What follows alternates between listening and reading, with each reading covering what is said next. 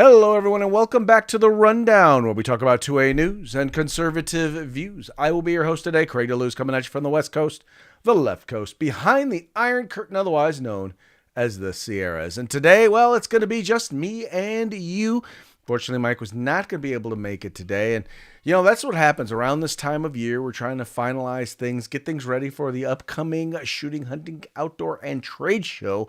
And so sometimes we just wind up having to do stuff. So it's just going to be us today. So I encourage you, please participate. Please make sure and comment. Let us know what you're thinking. And if I find your comment to be intriguing, I will make it a point to share it with the rest of our audience.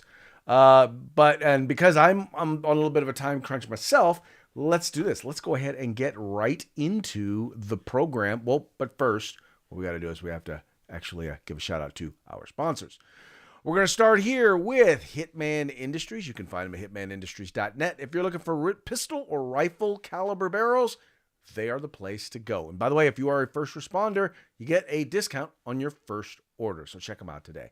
Then we've got the California Republican Assembly working to elect conservatives to all offices from school board all the way up to President of the United States, focusing on conservative values. In fact, Ronald Reagan once referred to the California Republican Assembly as the conscience of the Republican Party. Check them out at cragop.org. That's cragop.org. Then we've got Hog Holsters, HAWG Holsters. You can find them at hogholsters.com. Whatever you're looking for when it comes to a holster, whether it's inside the waistband, outside the waistband, tactical, or just conceal carry, trust me, they have what you need. And if you use the discount code The Rundown, all caps, no spaces, well, you can get yourself a sweet little deal courtesy of The Rundown. So check them out today at hogholsters.com. Finally, outdoor gear, indoor gear, tactical gear, cold weather gear, warm weather gear, wet weather gear, whatever you're looking for, all things tactical, minus the gun, can be found at uscombatgear.com. It's veteran owned and operated, fantastic selection, great prices, and great customer service. Check them out today, once again, uscombatgear.com. All right, let's get into today's stories, and we're going to go ahead and start here. This first one is the result of a study. Now, quite frankly, I think if you've participated and you've enjoyed the conversations here, or you've been a part of the conversations here at the Rundown, you know that this story bears kind of true, and you probably understand why, because we've talked about it. We've talked about it a wee bit, and this has to do with, well, liberal parents and liberal parenting, shall we say. This is an article. This is actually from an article that was actually at the Washington Examiner, but I don't have a subscription at the Washington Examiner, so I'm going to read here for you at Newsbreak. But it says children with liberal parents more likely suffer mental health problems. This is according to a study. Let's read what it had to say. It says children who grow up in politically liberal households are more likely to suffer mental health problems than their conservative peers, according to a new study. In an Institute for Family Studies Gallup report found that political ideology is one of the strongest predictors of which caregiving styles a parent adopts, and conservative parents are associated with the best mental health outcomes for their children. Conservative and very conservative parents are the most likely to adopt the parenting practices associated with adolescent mental health. Study author Jonathan Rothwell, who is also a principal economist at Gallup and non-resident senior fellow at the Brookings Institute, wrote, liberal parents score lowest, even worse than very liberal parents, largely because they are the least likely to successfully discipline their children. Conservative parents have several key distinctions in their relationships with their children that inform mental health outcomes, Rothwell explained, including being able to effectively discipline their children while also displaying affection and responding to their needs. The right-leaning parents also have better quality relationships with their children, characterized by fewer arguments, more warmth, and a stronger bond. Political ideology is just one predictive factor in the overarching conclusion of the study, which is that having high-quality relationships between children and their parents is the most important factor in achieving positive mental health outcomes. Now, what they're saying here, folks, is this, is, okay, political ideology is not, okay, it doesn't mean that if you are liberal, your children are going to be horrible. But it is a predictor. When I say a predictor, it means it's more likely to happen. What they point out here is some of this, by the way, has to do with the concept of discipline. And we all know that liberals generally tend to lack self-discipline when it comes to, they believe everybody should be able to do what they want and do what they feel.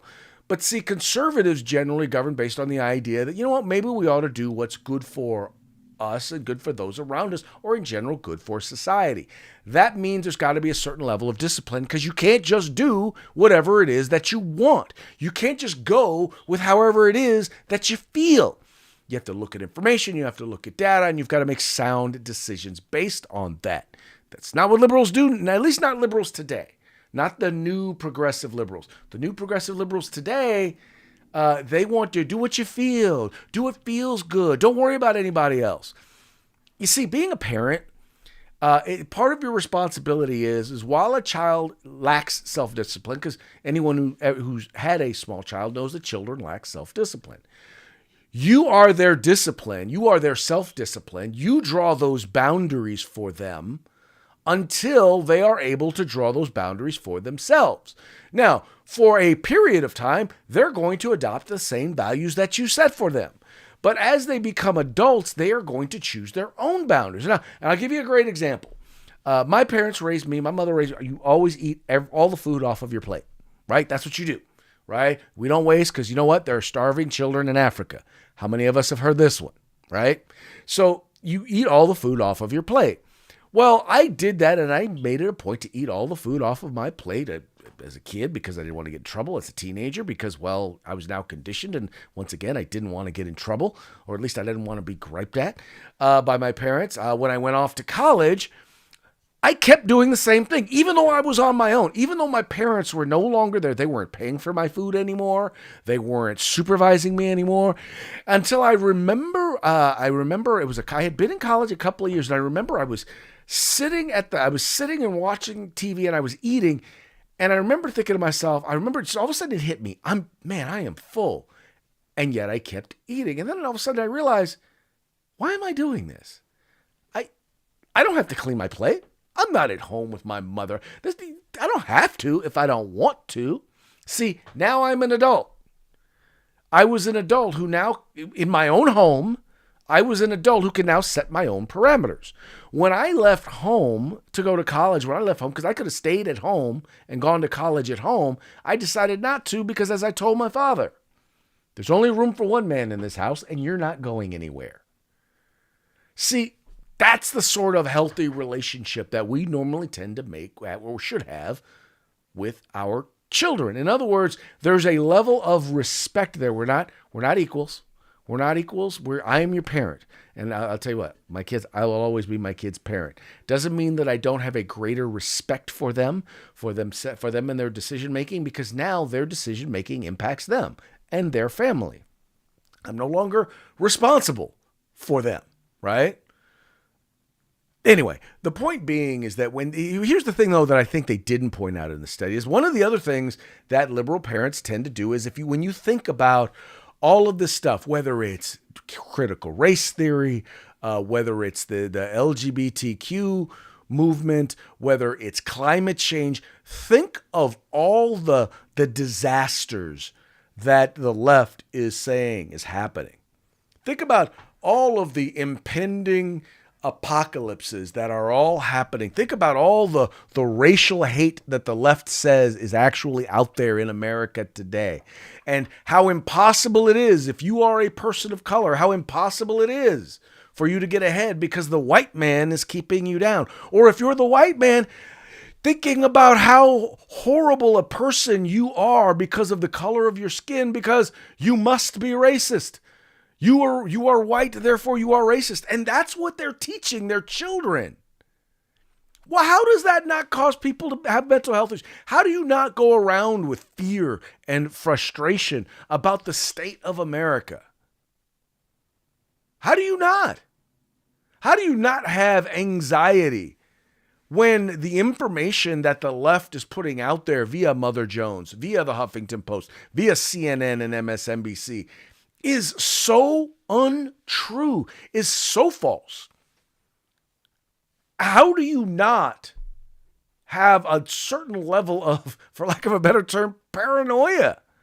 How do you not develop an anxiety about the world? I mean, think about this. There is actually a thing out there, a mental health condition known as climate anxiety. The climate, there's always been a climate. There's always. From the beginning of time, there's been a climate. This is the first time in history that I can think of, that I know of. Correct me if I'm wrong, just do it right there in the comments. First time that I know of that we've ever had anxiety related to it. I mean, think about that. You have people on the left who are telling you that if we don't end fossil fuels now, if we don't start eating bugs now, that in 5 years the earth is going to burn up. They're saying this, folks. This is what they are saying. This is what they are pushing. This is what they're scaring children into. They've got them writing essays and writing letters to their congressmen in elementary school. Yes. Liberalism, liberal ideology, I'm sorry, but you folks are causing mental health issues. You are causing mental health issues with your children. People who are, there's studies. People who are conservative tend to be more happy. People who are conservative tend to be more attractive. And guess what? People who are conservative tend to raise children who do not have mental health issues, or at least are less likely to have mental health issues. That's the report. That's the study. I didn't write it. I'm just reporting on it. If you don't like it, well, take it up with them. Anyway, moving right along to our next story. Here we go. Oh, by the way, here's a great example of warning of a Trump dictatorship. Now, there's a story right now over at or a commentary over at the Washington Post. It's also, I've seen it over at the New York Times, and they're giving these reasons why, if Trump is elected or reelected, there is going to be a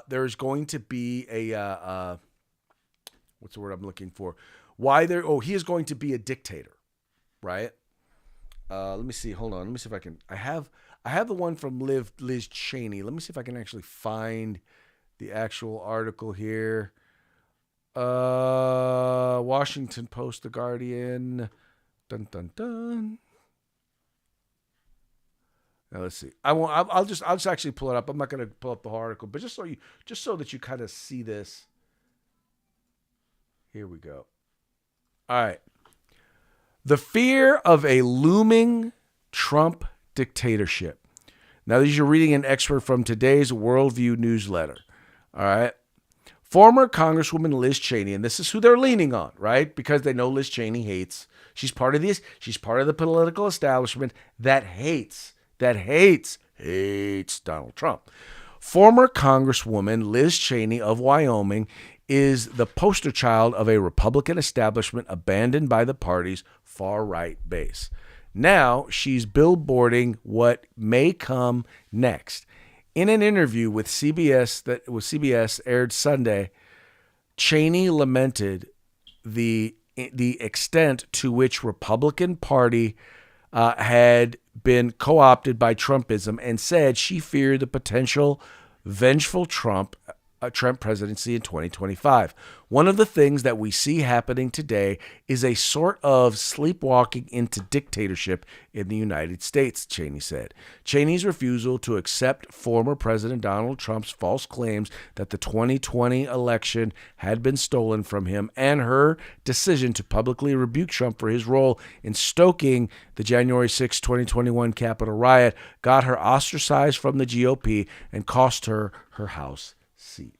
Now, let me address a couple of these issues here. All right, first of all, number one, I think that reasonable people can say, you know what, there were some of the claims that Donald Trump made regarding the election that were not true, and that he was taking that information from lawyers, by the way, who some of which admitted that they were incorrect. But anyway, all that having been said, if anyone does not believe that there was a role, number one, that the FBI didn't play a role in trying to silence information that was out there in order to keep, in order to hurt Donald Trump in the election, not true. We already know now. All you got to do is go read the Twitter files. We all now know that they took an active role working with social media to silence Donald Trump. We know this. This is a fact. You may say it had nothing to do with it. You may say it wouldn't have changed the outcome of the election. I will tell you right now, we will never know. We will never know because we can't go back in time and redo it. Although there have been polls that have said that would have changed, that if voters had known, there's a significant numbers who say that if they had known about the Hunter Biden thing and that it was true, that they may have changed their vote. All right, so we know that it could have potentially changed the outcome of the election. When we look at the fact that the mainstream media in total, was working to support Joe Biden and working to ostracize and working to silence, at the very least, throttle Donald Trump. One only need look at the number of positive mentions or the number of mentions between the two. We know for a fact that they lied. We know that the media lied, mainstream media lied. We know that tech companies played a role in throttling those who supported Donald Trump. We know this for a fact. We've already seen it. Facebook came out and admitted it. Well, they didn't come out and admit it, but they kind of admitted it, right? In other words, they all have admitted that they worked with FBI and basically with Democrats to help silence people who were on the right. Once again, this is not new. So anyway, if you don't believe that allowing people to change election rules in the middle of an election, if you don't believe that is tantamount to tampering with an election. Anyway, all that having been said, I don't necessarily believe that you have to say that the machines were tampered with, or the votes were stolen via the machines, or the ballots were stuffed.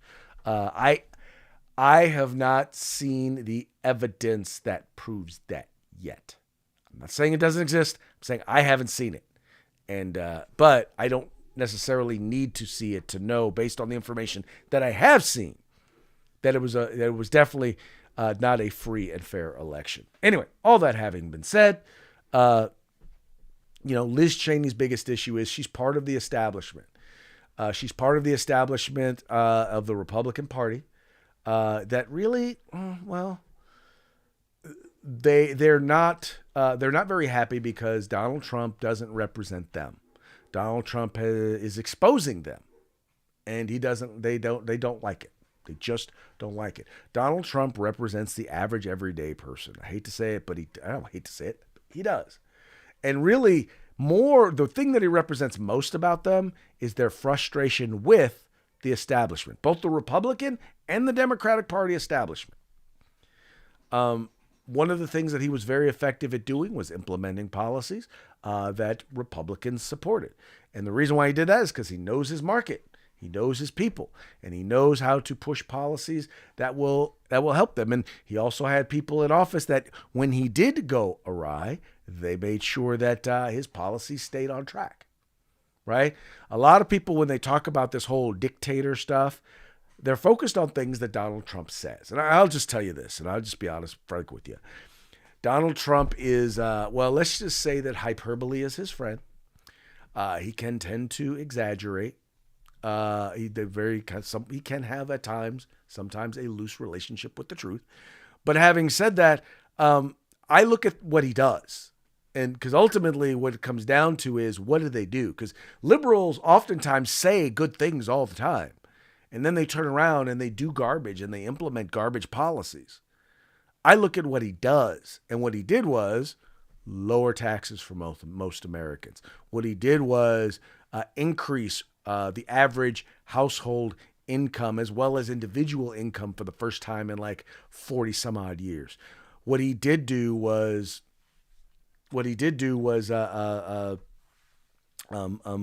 get unemployment across the board to record lows. What he did do was provide for the first time multi-year. When I say multi-year, I mean 10-year funding for historically black colleges and universities. What he did do was institute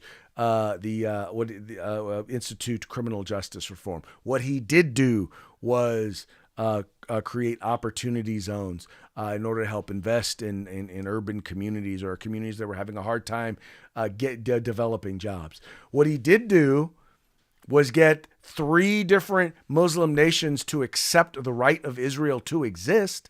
What he did do was get North Korea and South Korea to actually sit down at the table for the first time in decades.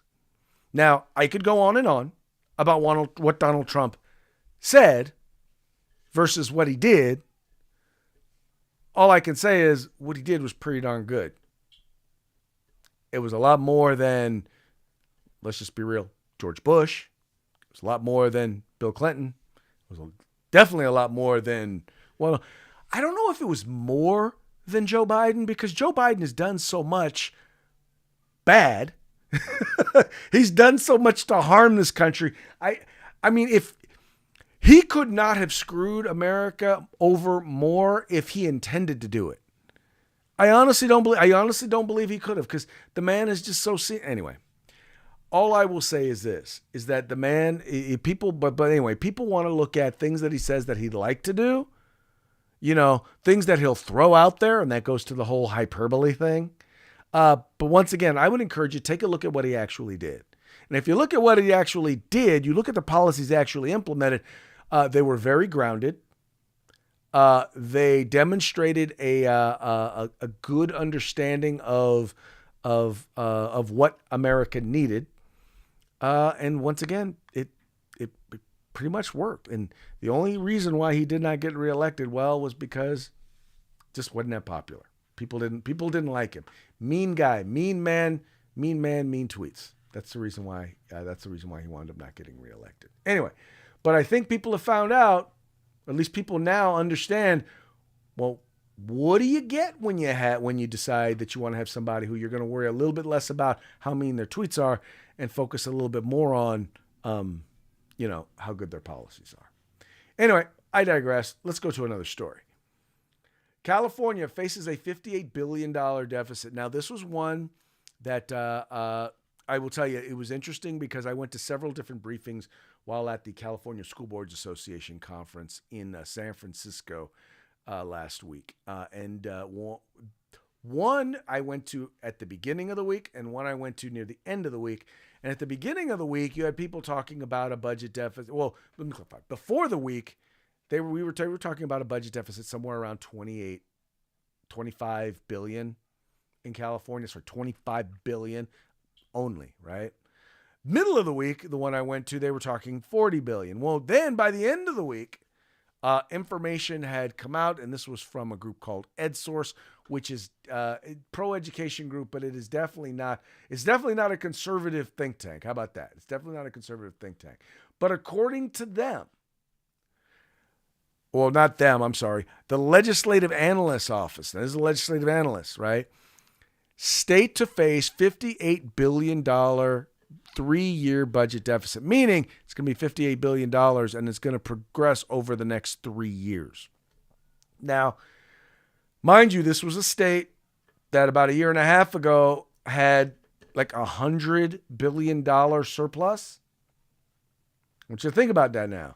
Went from almost $100 billion surplus to a $58 billion deficit. And oh, by the way, it's likely to get worse. Here are the reasons why. And I couldn't believe they actually pointed it out in the legislative analyst report. Number one, they're just not getting as much tax revenue. Why are they not getting as much tax revenue? Because 750,000 Californians, or 750,000? Yeah. More Californians have left the state than have come into the state in the last few years, because businesses are moving out of the state of California. They are either moving out of the state of California, or even larger businesses that aren't leaving. When they decide to expand, they're not expanding in California. They're expanding in other states because it's cheaper. Plain and simple. It's just cheaper for them. California tax law. First of all, there's just the cost of living in California. Then there's California taxes. Then there's California regulation, where they make it almost impossible for you to be able to make a buck here in the state of California. And by the way, especially if you want to have employees. Well, anyway. So now California, and by the way, if you remember, Gavin Newsom was confronted about this during the debate with Ron DeSantis, and he obfuscated. He refused to answer the question. He refused to address it. Somehow he thinks the people who are leaving California are stupid. But I know a lot of them, and I'm watching them leave California. I'm watching them go other places. I'm watching them get jobs paying just as much money, but that money going a lot farther, buying bigger homes, living nicer lifestyles. Weather's not as good, but anyway, they're living freer. And, one of these days, the left in California is going to wake up, because this is going to be the beginning of the end. And like I said, what's funny is, Jerry Brown knew this day was coming, because as he always said, he said this, everything that goes up must come down. Prior to really this recent extended era of prosperity, and I think we can call it that,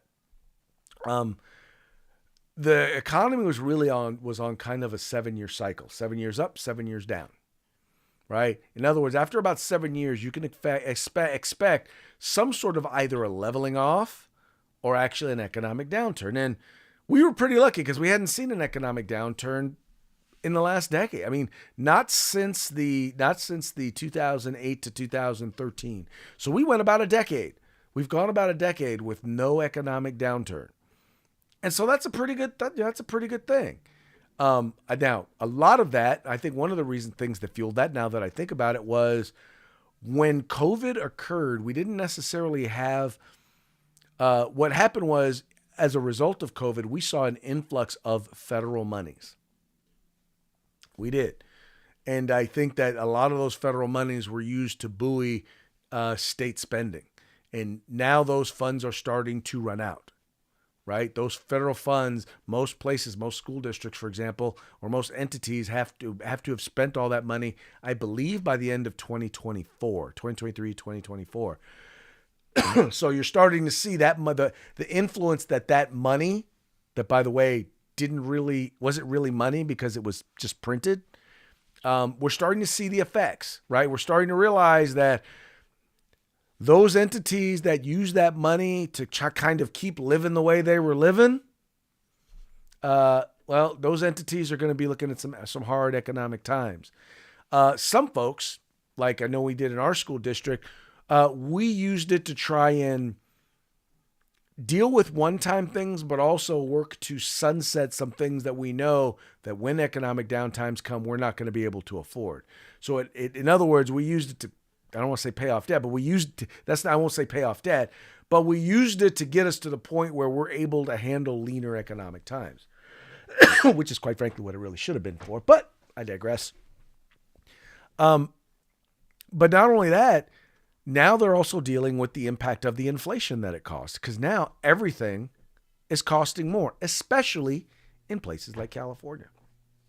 So anyway, it's going to be very interesting to see what happens. It was interesting to see them talking about it in terms of education, because here's the thing. In California, education, when I say education, I mean not just K-12 or TK-12 or preschool to college, takes over 50% of the California state budget. If they are looking at a $58 billion deficit, and that's out of about a $250 billion budget, so you're looking at easily a 20% deficit on their budget. It's hard to take a 20% cut in your budget when and not have it affect education. You can't say, or at least this year they're going to try and say, half our budget is off the table when it comes to cuts. I don't see how they maintain that. But they're going to try, or at least they're going to try and say that. I don't know. And maybe what I think is Gavin Newsom's going to try his best to try and make it last until he's president of the United States, because we all know he's running. Then once he's out of here, just going to be just like he did in San Francisco, not really going to care because, he's moved on. Anyway, the last item that we have to discuss here. Donors give $1 to Harvard. Once again, I found a couple of articles on this one, and I know some of you are saying, yeah, Craig, you should go ahead and get these. Some of you feel like we should go ahead and get these subscriptions so that I can read some of these articles. And sometimes I think maybe I should, but you know what? The reason why I don't, because I really don't want some of these liberal publications to get my money. I don't want to give them my money because I know that the information that they're putting out there's a lie. I don't want them to benefit financially from it. So I'm going to look for the free sources / versions of these stories. And in this case, that brings me to CNN Business. More than 1,600 Jewish Harvard alumni threaten to withdraw donations over anti-Semitism concerns. More than 1,600 alumni of Harvard University say they will withhold donations to the school until Harvard takes urgent action to address anti-Semitism on campus, part of the wave of challenges to colleges across the country in addressing hate speech sparked by the Israel-Hamas war. High-profile billionaire alum like Pershing Square founder Bill Ackman and former Victoria's Secret CEO Leslie Wexner have already said if Harvard doesn't take steps to fix the problem, they could face a donor exodus. But now the largest group yet of alumni, most of whom do not have billionaire status, are threatening to withdraw their donations. Well, what they're threatening to do is they're threatening to basically give $1. So maybe they gave 1,000, maybe they gave 5,000, maybe they gave 10,000. Well, now they're not giving that much. They're deciding, well, tell you what, we still want to show, we don't just want to disappear, but we want to show you how frustrated we are. We're so frustrated that we're going to make it a point to give you $1. And with $1, you will now know that, you need to deal with this. And this is, by the way, folks, this is the thing. We're not talking about silencing students' free speech. We're talking about, in many of these cases, hate speech, things that they are saying, things that they are doing on campus, siding with Hamas. It is hate speech. Again, it is anti-Semitic, anti-Israel, anti-Jewish hate speech. And they're getting away with it. And the universities are allowing these students to get away with it. And it's got to stop. It does. It literally has to stop. Anyway, I'll just leave that there for you. And I'm glad to see that folks are standing up. But folks, this is not the only area where this is an issue. And I really do hope and I really do pray that eventually, a lot of you, most of you folks on the left, wake up to this reality that these folks on the left, in particular on this issue, I'm sorry, what Hamas did was an atrocity. Period. Plain and simple. It was, there is no justification for it. There is no explaining it. There is only condemning it and supporting actions necessary to make sure that it does not happen again. And if you try to equate those actions to what Hamas did, well, then you're as bad as the rest of them. And yeah, you probably shouldn't. Probably should just not. Don't. Just don't. Just saying. Not saying, just saying. Just don't. All right? All right. Moving right along. We've now time for our parting shots brought to you by Hog Holsters. Just go to hogholsters.com. Use discount code The Rundown. Get your Hog Holster today. And our first one, now this is a piece that was put together by Tucker Carlson that I wanted to share with you because I think it pretty much sums up the state of both our current upcoming election as well as kind of the state of leadership in our country. You've got two people running for president. One of them is literally senile, I'm not attacking the guy, but that's true. Maybe not fully aware that he's president. The White House is being run by a cartel of people for whatever ends. We have no visibility into that. We don't know what the plan is. We know the guy they claim is running it is not running it, so that's grotesque. And by the way, no one ever mentions it. But it's just true. He's not running the country, and yet he's standing for re-election at the age of 80. Opposing him is a man who has been indicted 4 times and is facing life in prison. Life in prison. And every time he gets indicted and every time they tack years on to the sentence, this potential sentence, he becomes more popular and now he's winning. Indict him again. Arrest him again. March him out to the gallows. He'll become king. So it's literally counterproductive. So what does that tell you? It tells you that the people currently in charge have no idea how the country works, what the country wants, and they don't care. They're desperate and they'll do literally anything. Yes, they are desperate because they really don't know. And part of it is that they don't know, and part of it is that we don't know. Because I think that, social media has gotten us to the point where the internet has gotten us to the point where we think we can have our cake and eat it too. And so part of the thing is we have to be honest with ourselves, and we have to be willing to elect people to office who are willing to be honest with us, to tell us not what we want to hear, but what we need to hear. Because the reason why we have a Joe Biden and a Donald Trump who are our leading candidates, despite the fact that every poll shows like 5% of the electorate want to see that. Overwhelmingly, people want other choices. But right now, they are the choices because, well, the establishment's in charge, and that's what they think we want, or at least that's what they think we deserve. Anyway, this last one, this was kind of funny. This was from Saturday Night Live. I think you'll find it hilarious. Insiders are concerned that President Biden's chances for re-election could be damaged by his unwavering support for Israel. But I think the bigger problem for Biden is that he is 6 years older than Israel.